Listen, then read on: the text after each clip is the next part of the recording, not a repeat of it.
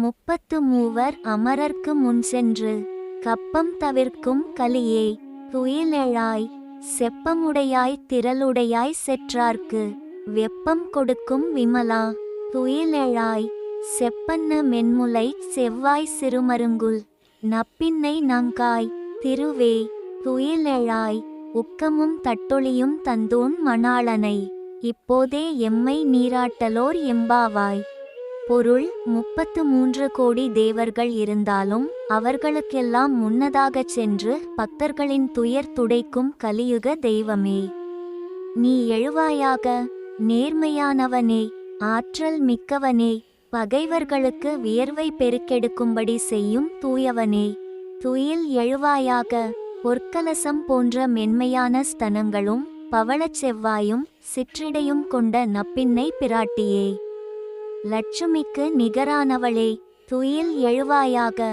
எங்களுக்கு விசிறி கண்ணாடி ஆகியவற்றையும் உன் கணவனாகிய கண்ணனையும் தந்து இப்போதே எங்களை அருள்மழையில் நனையச் செய்வாயாக. விளக்கம்: கண்ணனின் திருக்குணங்களையும் நப்பின்னையின் அழகையும் வர்ணிக்கிறார்கள் ஆயர்குலப் பெண்கள்.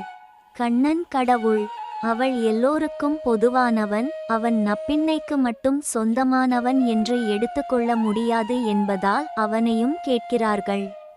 உக்கமும் தட்டொளியும் ஆகிய விசிறியையும் கண்ணாடியையும் ஏன் கேட்கிறார்கள்? விசிறினால் காற்று வரும், வீசுபவனுக்கு மட்டுமல்ல அருகிலுள்ளவனுக்கும் சேர்த்து. நம் செயல்பாடுகள் நமக்கு மட்டுமின்றி பிறருக்கும் பயன் தருவதாக அமைய வேண்டும் என்பது இதன் உட்கருத்து. கண்ணாடி உருவத்தை காட்டும், ஆனால் உருவத்தில் ஒட்டியுள்ள அழகையோ அழுக்கையோ தன்னில் ஒட்டிக்கொள்ளாது. வாழ்க்கை என்றால் பட்டும் படாமலும் இந்த உடல் ஒரு வாடகை வீடு, இதை எந்த நேரமும் காலி செய்ய வேண்டும் என்ற எண்ணத்துடனும் இருக்க வேண்டும் என்பதை விளக்குகிறது. ஆண்டாளின் கவித்திறமையில் ஒளிந்துள்ள மறைபொருளுக்கு ஈடேது.